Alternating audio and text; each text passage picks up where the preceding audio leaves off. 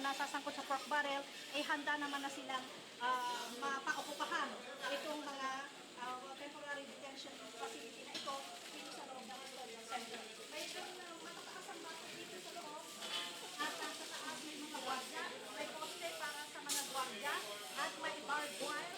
Pwedeng yung mga gwardiya sa itaas, pwede silang umikot dito sa kabuuan ng custodial center, lalakad sila at makikita nila lahat ng galaw kung nasa labas man ng facility yung mga personalidad na pansamantalang makukulong dito sa sakali. So makikita lahat ng galaw.